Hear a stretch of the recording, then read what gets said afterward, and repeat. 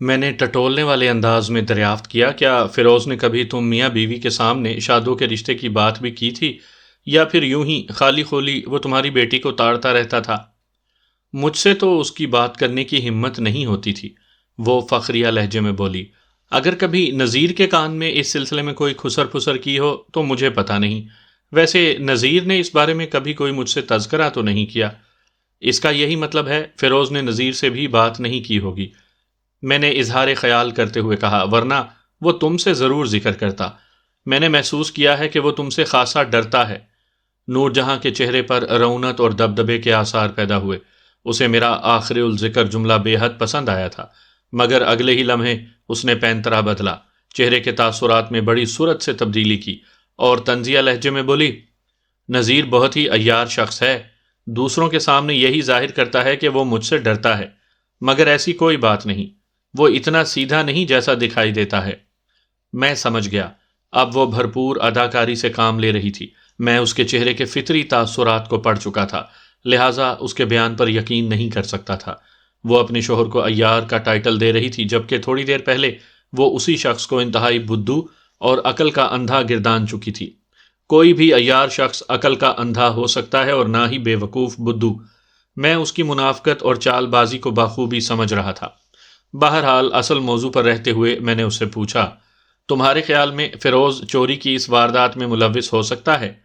وہ ایک لمحہ سوچنے کے بعد بولی، میں یقین سے تو کچھ نہیں کہہ سکتی تھانے دار جی، ایسا ہو بھی سکتا ہے اور نہیں بھی ہو سکتا۔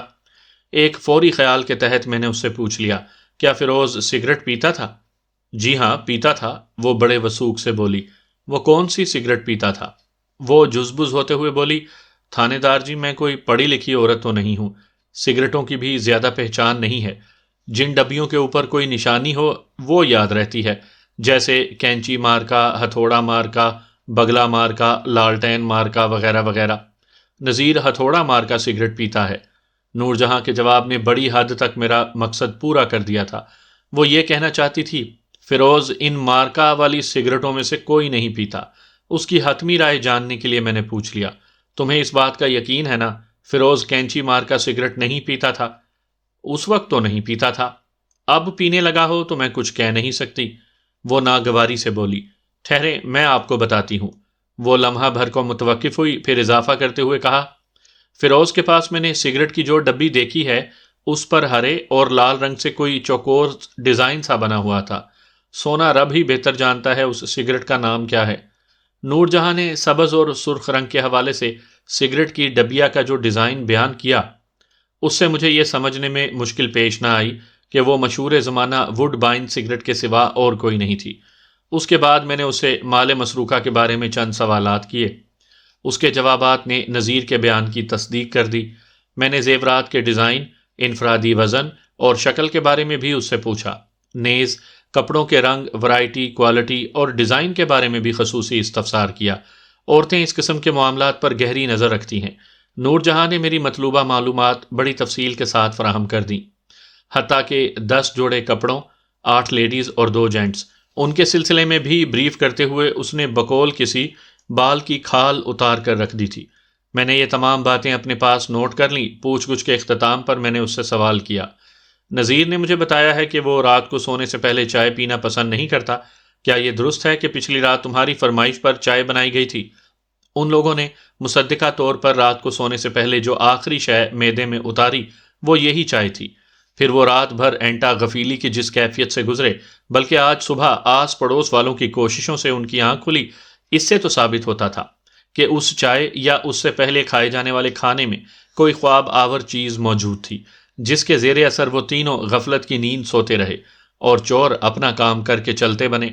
اسی تناظر میں نے نور جہاں سے چائے کے بارے میں استفسار کیا، ویسے ان تینوں کی غفلت کی نیند کا ایک اور سبب بھی ہو سکتا تھا، اور وہ یہ کہ چوروں یا چور نے انہیں کوئی ایسا رومال سنگھا دیا ہو جو کسی نیند والے کیمیکل میں بسا ہو۔ بہرحال مجھے تو ہر پہلو کو چیک کرنا تھا۔ نور جہاں نے میرے سوال کے جواب میں بتایا، تھانے دار صاحب بات دراصل یہ ہے کہ چائے پینے کی خواہش شادو کے دل میں جاگی تھی، لیکن میں نے خود کو سامنے رکھتے ہوئے چائے بنوا لی۔ اگر شادو کا نام سامنے آتا تو ہمیں نذیر کی ایک لمبی چوڑی تقریر سننا پڑتی۔ وہ بڑی تفصیل سے بتاتا کہ رات کو سونے سے پہلے چائے پینے کے کیا کیا نقصانات ہیں، یہ گردوں اور مثانے پر کیسے بد اثرات ڈالتی ہے۔ میری وجہ سے وہ ایک لفظ نہیں بولا اور خود بھی چائے پی کر خاموشی سے سو گیا۔ چائے کی پیالی چڑھاتے وقت اسے اپنے گردوں کی فکر ہوئی اور نہ ہی یہ خیال آیا کہ اسے رات میں پیشاب کے لیے بار بار اٹھنا پڑے گا۔ اسی کو کہتے ہیں دوسروں کو نصیحت اور خود کو وصیت۔ وہ اپنے شوہر کی طرف سے کچھ زیادہ ہی بدگمان نظر آتی تھی۔ اس کی باتوں سے لگتا تھا کہ نذیر نے ان ماں بیٹی کی زندگی اجیرن کر رکھی ہو، لیکن نور جہاں کے انداز اور رویے کو دیکھتے ہوئے میں بڑے وثوق سے کہہ سکتا تھا کہ باپ بیٹی اسی کے ہاتھوں بڑی مصیبت میں گرفتار ہوں گے۔ بہرحال مجھے ان کے خانگی معاملات میں کوئی دلچسپی نہیں تھی۔ میں نے مزید 2 سوالات کے بعد نور جہاں کو یہ کہتے ہوئے فارغ کر دیا، میں پوری کوشش کروں گا کہ جلد از جلد چور کو گرفتار کر کے اس کے قبضے سے مال مسروقہ برآمد کر لیا جائے۔ اس دوران اگر کوئی خاص بات سامنے آئے تو تم لوگ پہلی فرصت میں مجھے آ کر اطلاع دینا۔ اس نے اپنے بھرپور تعاون کا یقین بھی دلایا۔ اسی وقت نذیر احمد کمرے میں آ گیا۔ میں نے نور جہاں کی موجودگی ہی میں اس سے 1-2 نئے سوالات کیے، مثلاً یہ کہ اس کا سابق ملازم فیروز کون سی سگریٹ پیتا تھا۔ اس نے وڈ بائن کا کہہ کر میرے اندازے کی تصدیق کر دی۔ پھر میں نے فیروز کی طرف سے پوچھے جانے والے رشتے وغیرہ کی بابت دریافت کیا تو اس نے صاف انکار کرتے ہوئے بتایا کہ فیروز نے اس سے کبھی اس قسم کی کوئی بات نہیں کی تھی۔ اس سے تو یہی ظاہر ہوتا تھا یا تو وہ واقعی انتہائی احمق انسان تھا، وہ نہیں جانتا تھا فیروز نے اس کی بیٹی کو اپنی نگاہ میں رکھا ہے، اور یا پھر یہ معاملہ سراسر نور جہاں کے ذہن کی اختراع تھی۔ وہ فیروز کے لیے کسی وجہ سے اپنے دل میں معاندانہ جذبات رکھتی تھی، اسی لیے اس نے ایسی کہانی گھڑ لی تھی۔ کانسٹیبل صمد خان نے جائے وقوع کا نقشہ تیار کر لیا تو میں نے وہاں سے رخصت ہونے کا فیصلہ کیا۔ جاتے جاتے میں نے نذیر احمد سے پوچھ لیا، تمہاری بیٹی شادو کہیں نظر نہیں آ رہی، ذرا اس کو تو بلاؤ، میں 2 باتیں اس سے بھی کرنا چاہتا ہوں۔ نور جہاں نے کہا، شادو باورچی خانے میں برتن دھو رہی تھی، ٹھہرے میں اسے بلا کر لاتی ہوں۔ اس گھر کے مختلف حصوں کا جائزہ لیتے ہوئے میں باورچی خانے میں بھی گیا تھا اور وہاں میں نے جھوٹے برتنوں کا ایک انبار دیکھا تھا۔ وہ برتن کسی ایک وقت کے کھانے کے نہیں ہو سکتے تھے۔ 3 افراد کے استعمال کے لیے عموماً جتنے برتنوں کی ضرورت ہوتی ہے وہ اس سے کہیں زیادہ تھے۔ اس کا ایک مطلب تھا کہ وہ رات کے کھانے اور صبح کے ناشتے کے مشترکہ جھوٹے برتن تھے۔ تھوڑی دیر بعد نور جہاں اپنی بیٹی شادو کو لے کر میرے پاس آئی۔ شادو سر پر اوڑھی ہوئی گرم شال کے پلو سے دونوں ہاتھوں کو خشک کرتے ہوئے وہاں پہنچی تھی۔ میں نے ایک ہی نظر میں بغور اس کا جائزہ لے لیا۔ شادو عمر کے حساب سے 20 اور 22 کے درمیان رہی ہوگی۔ وہ درمیانے قد کی ایک نہایت خوبصورت لڑکی تھی۔ جسم قدرے بھاری تھا لیکن موٹاپے کے زمرے میں نہیں آتا تھا۔ اسے بھرے بھرے بدن کی مالک کہا جا سکتا تھا۔ اس وقت وہ انتہائی سنجیدہ اور افسردہ سی تھی۔ یہ اس کا عین فطری رویہ تھا۔ جس کی خوشیوں کو نظر لگ جائے وہ شگفتگی اور زندہ دلی کا مظاہرہ کرنے سے تو رہا۔ میں نے گھما پھرا کر اسے چوری اور چوروں کے بارے میں 3-4 سوالات کیے۔ میرے سوالات کے جواب میں اس نے جو کچھ بتایا اس سے اندازہ ہوا کہ وہ اس افسوسناک واقعے کے بارے میں کچھ بھی نہیں جانتی تھی۔ اس بات چیت کے دوران زیادہ وقت اس نے اپنی گردن کو جھکائے رکھا۔ میں نے بڑی شفقت سے اس کے سر پر ہاتھ رکھا اور گہری ہمدردی سے کہا، بیٹی تم پریشان نہیں ہونا، انشاءاللہ سب ٹھیک ہو جائے گا۔ میں بہت جلد اس واقعے کے ذمہ دار افراد کو گرفتار کر کے انہیں عبرتناک سزا دلوانے کی کوشش کروں گا۔ تمہیں فکر مند ہونے کی ضرورت نہیں۔ تمہاری شادی اپنی مقررہ تاریخ پر بخیر و خوبی انجام پائے گی۔ میں فی الحال اس ملول اور دل گرفتہ دوشیزہ کو الفاظ کی صورت ہی میں تسلی و تشفی دے سکتا تھا۔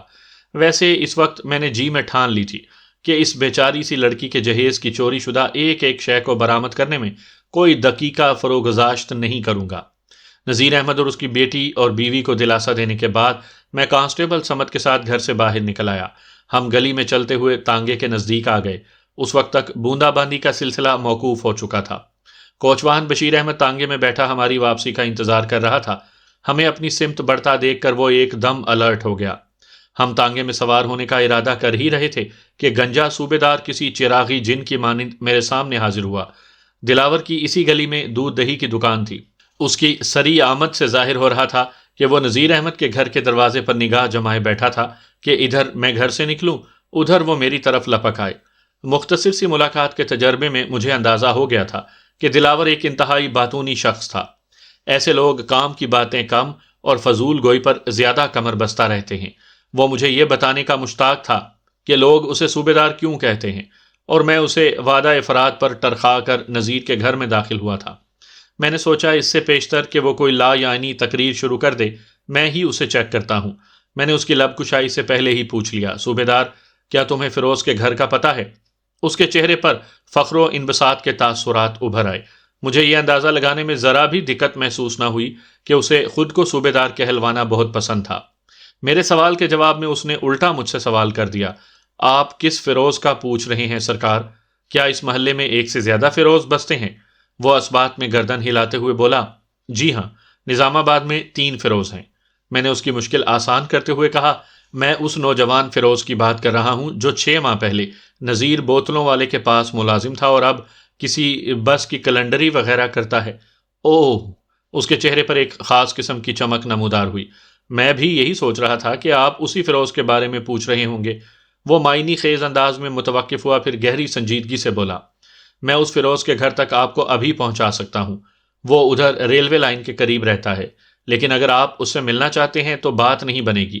خاموش ہو کر اس نے متاسفانہ انداز میں اپنے ہونٹ سکوڑے، پھر خود ہی بات کو آگے وضاحت کرتے ہوئے بولا، جناب، میرے کہنے کا مطلب یہ ہے کہ آپ کو جس فیروز کی تلاش ہے وہ ہفتے میں صرف 1 دن گھر پر ملتا ہے، باقی کے 6 دن وہ دن رات بس کے ساتھ ہی رہتا ہے۔ ہفتے کی رات وہ گھر آتا ہے، پھر دوسرے دن یعنی اتوار کی شام کو دوبارہ ڈیوٹی پر چلا جاتا ہے۔ صوبیدار خاموش ہوا تو میں اس کی بتائی ہوئی تفصیل کی روشنی میں حساب لگانے لگا۔ اس روز 9 نومبر تاریخ اور جمعے کا دن تھا۔ اس کا مطلب تھا کہ آئندہ روز رات سے پہلے اسے گھر پر نہیں پکڑا جا سکتا تھا۔ مجھے سوچ میں ڈوبا دیکھ کر دلاور نے پر اشتیاق لہجے میں پوچھا، سرکار، آپ کو اس فیروز سے کیا کام پڑ گیا ہے؟ اس کے انداز میں بڑی کریت تھی۔ کیا نذیر کے گھر میں ہونے والی چوری کے سلسلے میں اسے کوئی پوچھ پرتیت کرنا ہے؟ سچی بات یہ ہے کہ ابھی تک اس سرکہ خانہ آباد کے حوالے سے مشکوک افراد کی فہرست میں صرف ایک ہی نام درج ہوا تھا، یعنی بس کیلنڈر یعنی کلینر فیروز کا۔ اندراج شادو کی ماں نور جہاں نے کروایا تھا، لیکن میں دلاور کو سر دست اس بارے میں کچھ نہیں بتانا چاہتا تھا، لہٰذا اس کے سوال کو نظر انداز کرتے ہوئے استفسار کیا، صوبیدار، ہفتے کے باقی 6 دن اگر اس سے کوئی کام پڑ جائے تو اسے کہاں تلاش کیا جائے؟ تلاش کہاں کرنا ہے مائی باپ، وہ سادگی سے بولا، سیدھا بسوں کے اڈے پر چلے جائیں۔ وہ آج کل راجہ ٹریولز کی بس پر کیلنڈری کر رہا ہے۔ یہ بس سیالکوٹ اور لائل پل کے درمیان چلتی ہے۔ ہمارا قصبہ راستے میں پڑتا ہے اور یہاں پر اس بس کا پورے 5 منٹ کا سٹاپ ہے۔ بس کے اڈے سے اس کے بارے میں سب کچھ معلوم کیا جا سکتا ہے۔ وہ 3532 پر ہوتا ہے۔ 3532 سے اس کی مراد 3532 تھی، یعنی وہ راجہ ٹریولز کی بس نمبر 3532 پر ڈیوٹی دے رہا تھا۔ ٹرانسپورٹ کی دنیا میں بسوں کے نمبر وغیرہ اسی طرح یاد رکھے جاتے ہیں۔ عموماً ایک بس پر 3 افراد کا عملہ موجود ہوتا ہے، نمبر 1 ڈرائیور، نمبر 2 کنڈکٹر اور نمبر 3 کلینر۔ کلینر ایک طرح سے کنڈکٹر کا معاون ہوتا ہے۔ بس کی جھاڑ پونچھ اور صاف صفائی ستھرائی کے علاوہ مختلف امور میں کنڈکٹر کا ہاتھ بھی بٹاتا ہے۔ اس کلینر بیچارے کو عرف عام میں کیلنڈر کہا جاتا ہے۔ بعض لوگ کنڈکٹر ہی کو کیلنڈر سمجھتے ہیں، جو کہ صحیح نہیں۔ کیلنڈر کلینر کا بگاڑ ہے۔ میں نے صوبیدار دلاور کی آنکھوں میں دیکھتے ہوئے تیز لہجے میں پوچھا، تمہیں اس فیروز کی بڑی خیر خبر رہتی ہے؟ بس جناب، اس سے گپ شپ ہوتی رہتی ہے۔ جب وہ نذیر بوتلوں والے کے پاس کام کرتا تھا تو بات چیت کا زیادہ موقع ملتا تھا۔ میں نے بھی برف والی پیٹی میں دیسی بوتلیں رکھی ہوئی ہیں۔ وہ بوتلوں کے کریٹ دینے آتا تو تھوڑی دیر رک کر گفتگو کر لیتا تھا۔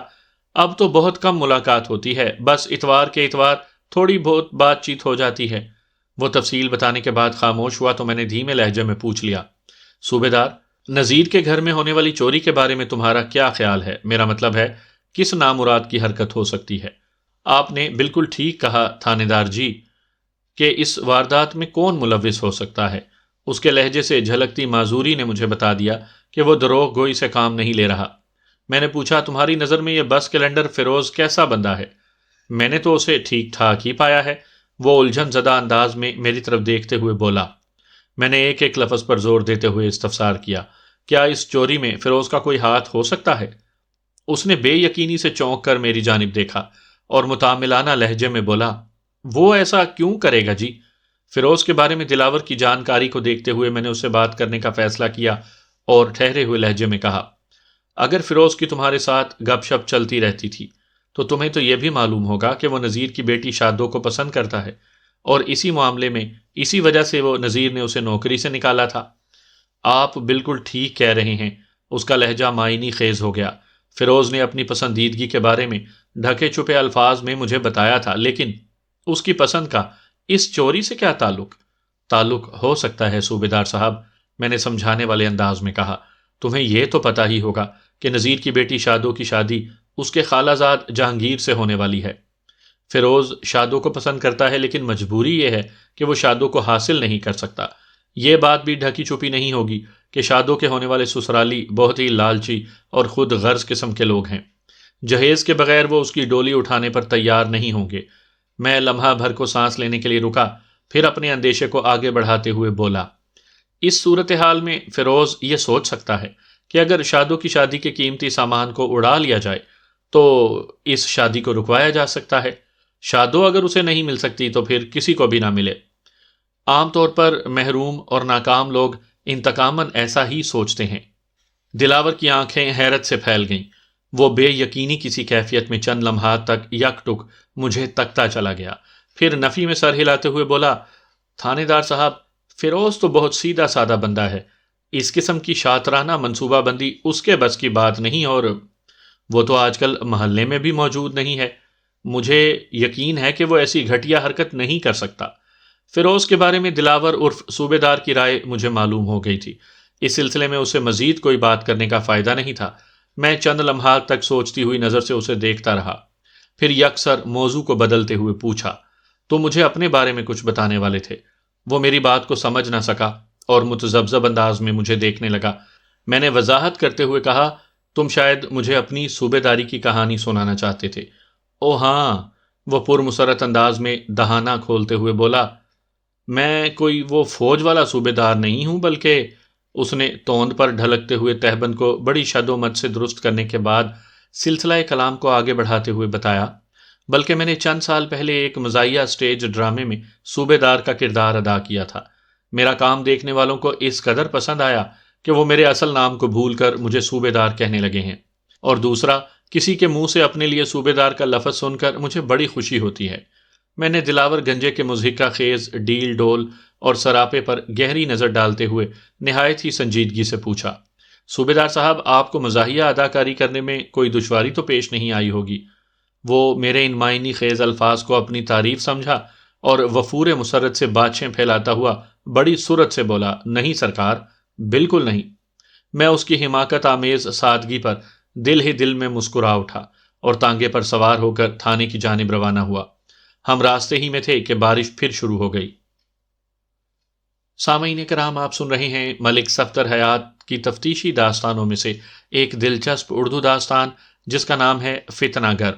یہ اس سلسلے کی قسط نمبر 3 ہے۔ مجھے امید ہے آپ کو میری یہ کاوش پسند آ رہی ہوگی۔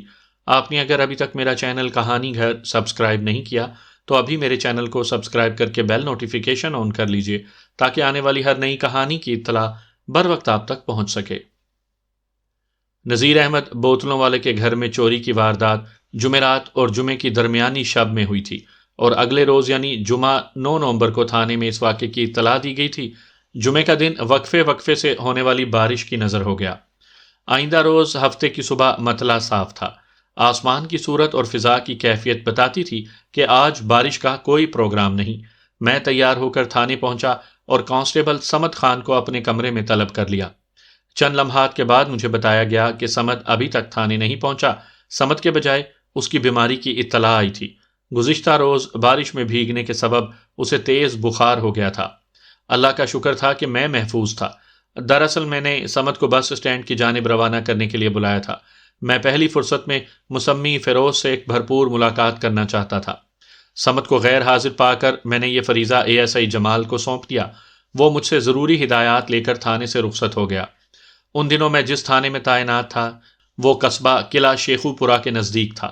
سیالکوٹ سے لائل پور یعنی موجودہ فیصل آباد آنے جانے والی بسیں اسی قصبے کے قریب سے گزرتی تھیں، اور بس اسٹینڈ تھانے سے زیادہ فاصلے پر نہیں تھا۔ ایک طرح سے میرا یہ تھانہ گجرانوالا اور ضلع لائل پور کے وسط مین روڈ پر واقع تھا۔ میں نے ASI کو بس اسٹینڈ کی سمت بھیجتے ہوئے تاکید کر دی تھی کہ راجہ ٹریولز کی بس نمبر 3532 کے لیے چاہے جتنا بھی انتظار کرنا پڑے وہ کرے اور فیروز کو اپنے ساتھ ہی لے کر تھانے آئے۔ مجھے کبھی امید تھی کہ سورج ڈھلنے سے پہلے کامیاب لوٹے گا، کیونکہ دن میں کم از کم ایک مرتبہ ضرور مذکورہ بس اسٹینڈ پر 5 منٹ کا اسٹاپ کرتی تھی۔ دوپہر تک میں اسی چوری کی واردات کے بارے میں سوچتا رہا۔ ایسا کوئی واضح اشارہ یا نکتہ ابھر کر سامنے نہیں آ رہا تھا جس کی انگلی پکڑ کر میں چور یا چوروں تک رسائی حاصل کر سکتا۔ میں نے اس علاقے کے عادی چوروں کی فہرست کا بغور جائزہ لیا، لیکن کوئی مفید بات معلوم نہ ہو سکی۔ ایسے 3-4 جرائم پیشہ افراد حالات و واقعات کی روح سے اس واردات میں ملوث دکھائی نہیں دیتے تھے۔ اب آ جا کر ساری امیدیں فیروز ہی سے لگی ہوئی تھیں۔ میں دوپہر کے کھانے کے لیے اٹھنے کا ارادہ کر ہی رہا تھا کہ پتہ چلا کہ کانسٹیبل صمد خان پہنچ گیا ہے۔ میں نے فوراً اسے اپنے کمرے میں بلا لیا۔ اس کی صورت اور چال نے اس کی بیماری سے مکمل طور پر آگاہ کر دیا۔ وہ شدید قسم کے زکام اور بخار میں مبتلا ہو گیا تھا۔ کمرے میں داخل ہونے سے لے کر مجھ سے بات کرنے تک کے دوران وہ 3 مرتبہ چھینکا تھا۔ میں نے اسے کرسی پر بیٹھنے کو کہا اور قدرے خفگی آمیز انداز میں بولا، صمد خان، جب تم نے اپنی بیماری کی اطلاع بھجوا دی تھی تو پھر خود یہاں آنے کی کیا ضرورت تھی؟ میں کبھی ادھر آنے کی ہمت نہ کرتا ملک صاحب، وہ جھرجھراتی ہوئی آواز میں بولا، لیکن ایک مجبوری نے اس حالت میں بھی مجھے یہاں پہنچا دیا ہے۔ اس کے لہجے میں بھی سنسنی تھی۔ کون سی مجبوری صمد خان؟ میں نے الجھن زدہ نظر سے اس کی طرف دیکھا۔ وہ مجبوری میری جیب میں رکھی ہے، وہ کپ کپاتے ہاتھوں سے اپنی جیب کو ٹٹولتے ہوئے بولا۔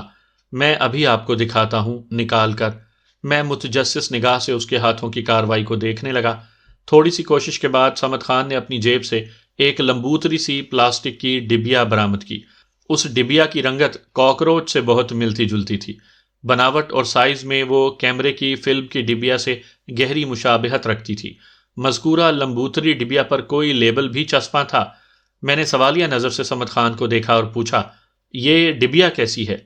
وہ براہ راست میرے سوال کا جواب دینے کے بجائے گمبھیر آواز میں بتانے لگا، کل یہ بوتلوں والے کے گھر میں جب آپ اس کے کارخانے کا معائنہ کر کے باہر نکلے تھے تو میں اس وقت باورچی خانے کے دروازے میں کھڑا تھا۔ وہ لمحہ بھر کو سانس ہموار کرنے کی غرض سے متوقف ہوا تو مجھے وہ منظر یاد آ گیا۔ اس وقت مجھے صمد خان کے چہرے پر ایک دبا جوش دکھائی دیا تھا، جیسے وہ باورچی خانے سے کوئی نہایت ہی اہم چیز برآمد کرنے میں کامیاب ہو گیا ہو۔ وہ سنسنی خیز لمحات میری نگاہ میں گھوم گئے۔ اس سے پہلے کہ وہ دوبارہ گویا ہوتا، میں نے اضطراری لہجے میں کہا، ہاں مجھے یاد آیا، میں نے اس وقت تم سے پوچھا تھا صمد خان، کوئی خاص بات ہے؟ میرے اس معنی خیز سوال کے جواب میں تم نے اسبات میں سر ہلاتے ہوئے بتایا تھا، جی ملک صاحب، ایک مس فٹ ملی ہے۔ وہ مس فٹ یہی تھی؟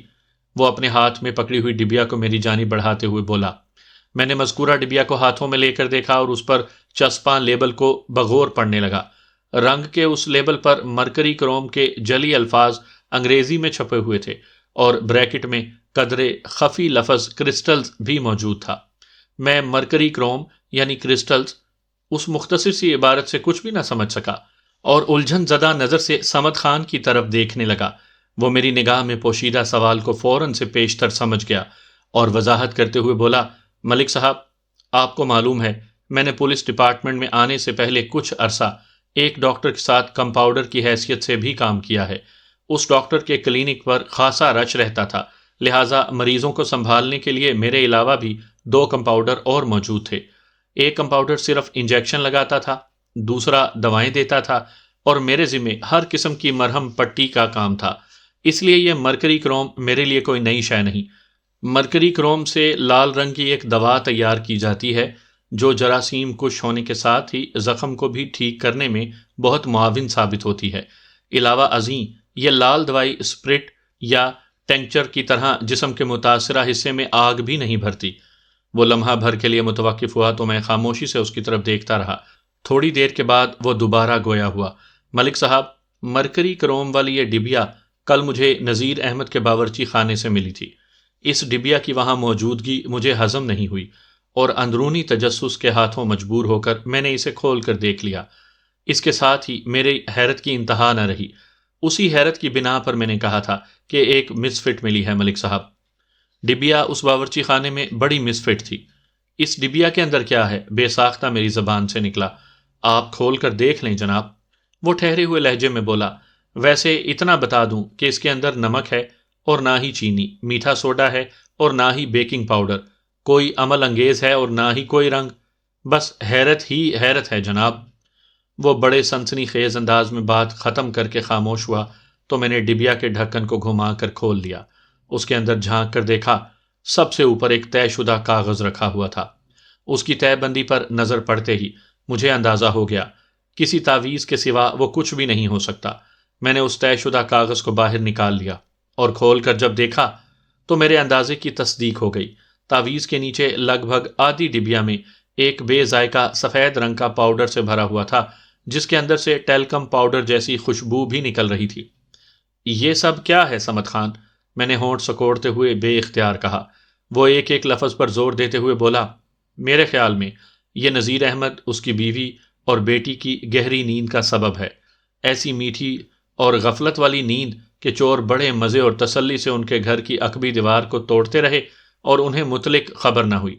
ملک صاحب، میں پورے وثوق سے کہہ سکتا ہوں ان تینوں کو گہری نیند میں پہنچانے کے لیے یہ پاؤڈر نما سفوف استعمال کیا گیا ہے، رات کے کھانے میں ملا کر یا پھر چائے میں حل کر کے۔ صمد خان نے بات مکمل کی تو صورتحال روز روشن کی طرح عیاں ہو گئی۔ اس پاؤڈر کے لیبارٹری ٹیسٹ سے صمد خان کے دعوے پر تصدیقی مہر لگائی جا سکتی تھی۔ مجھے سوچ میں ڈوبا دیکھ کر وہ بولا، ملک صاحب، کل موقع کی کارروائی میں ہم اس طرح مصروف ہوئے کہ میں وہاں اس ڈبیا کا آپ سے ذکر کرنا ہی بھول گیا، ورنہ باورچی خانے میں موجود جھوٹے برتنوں کو کیمیائی تجزیے کے لیے کسی لیبارٹری میں بھیجا جا سکتا ہے۔ مجھے یقین ہے ان تینوں میں سے کسی نے کھانے یا چائے میں خواب آور دوا ملائی ہوگی۔ اگرچہ کانسٹیبل صمد خان کے پاس اپنے دعوے کے لیے فی الحال کوئی ثبوت موجود نہیں تھا، لیکن میرا ذہن بھی بے محالہ اسی رخ پر سوچ رہا تھا۔ باورچی خانے میں رکھے ہوئے جھوٹے برتن تو ہماری موجودگی ہی میں شادوں نے دھو ڈالے تھے، انہیں لیبارٹری ٹیسٹ کے لیے بھیجنا بیکار تھا۔ البتہ تعویذ اور پاؤڈر نما سفوف والی اس ڈبیا کی مدد سے تفتیش کا کوئی نیا در کھولا جا سکتا تھا۔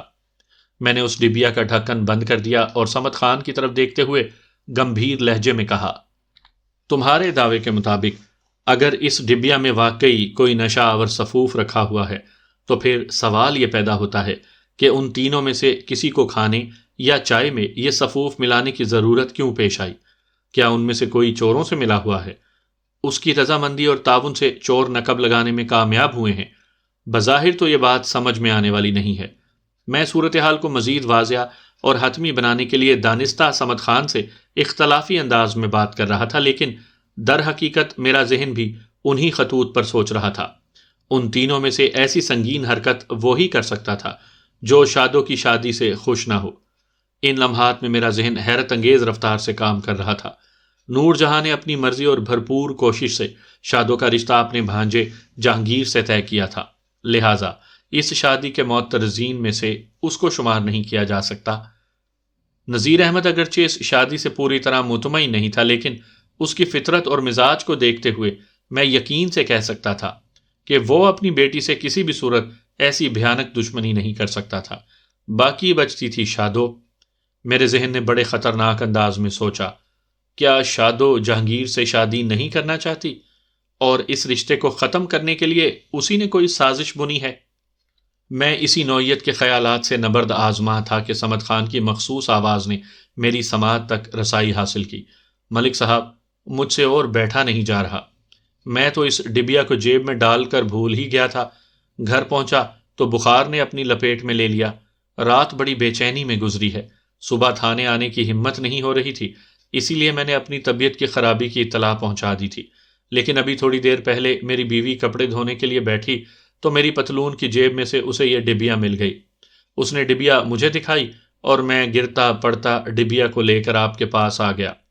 اب آپ جانے اور آپ کا کام، میں تو گھر جا رہا ہوں۔ جیسے ہی طبیعت سنبھلے گی میں ڈیوٹی پر آ جاؤں گا۔ بات ختم کرتے ہی وہ اٹھ کر کھڑا ہو گیا۔ مجبوراً مجھے بھی اپنی سیٹ سے اٹھنا پڑا، کیونکہ صمد خان کی طبیعت خاصی ابتر ہو رہی تھی۔ تیز بخار نے اسے بے بس کر رکھا تھا، اوپر سے زکام نے حالت خراب کر رکھی تھی۔ میں نے آگے بڑھ کر اسے شانوں سے تھام لیا اور ہمدردانہ لہجے میں کہا، صمد خان، تمہیں ٹھیک ٹھاک آرام کی ضرورت ہے۔ میں تمہیں گھر بھجوانے کا بندوبست کرتا ہوں۔ جب تک تم پوری طرح فٹ نہ ہو جاؤ، ڈیوٹی پر آنے کے بارے میں نہ سوچنا۔ اگر مجھے تم سے کوئی ضروری کام پڑ گیا تو میں خود ہی رابطہ کر لوں گا۔ پھر میں نے ایک کانسٹیبل کو آواز دے کر اسے اپنے کمرے میں طلب کیا اور صمد خان کو اس کے حوالے کرتے ہوئے ہدایت کی، اسے تانگے میں بٹھا کر پہلے سیدھا ڈاکٹر کے پاس لے جاؤ، دوائی وغیرہ دلوانے کے بعد اس کے گھر پر چھوڑ دینا۔ پھر میں نے صمد خان کی طرف دیکھتے ہوئے دوستانہ لہجے میں استفسار کیا، تمہیں پیسوں وغیرہ کی ضرورت ہو تو بلا تکلف بتا دو۔ نہیں ملک صاحب، اللہ کا بڑا کرم ہے، وہ نحیف مگر پر اعتماد آواز میں بولا، اور ویسے بھی ابھی تو مہینے کا آغاز ہی ہے، اس قسم کی ضروریات عموماً مہینے کے آخری ہفتے میں پیش آیا کرتی ہیں۔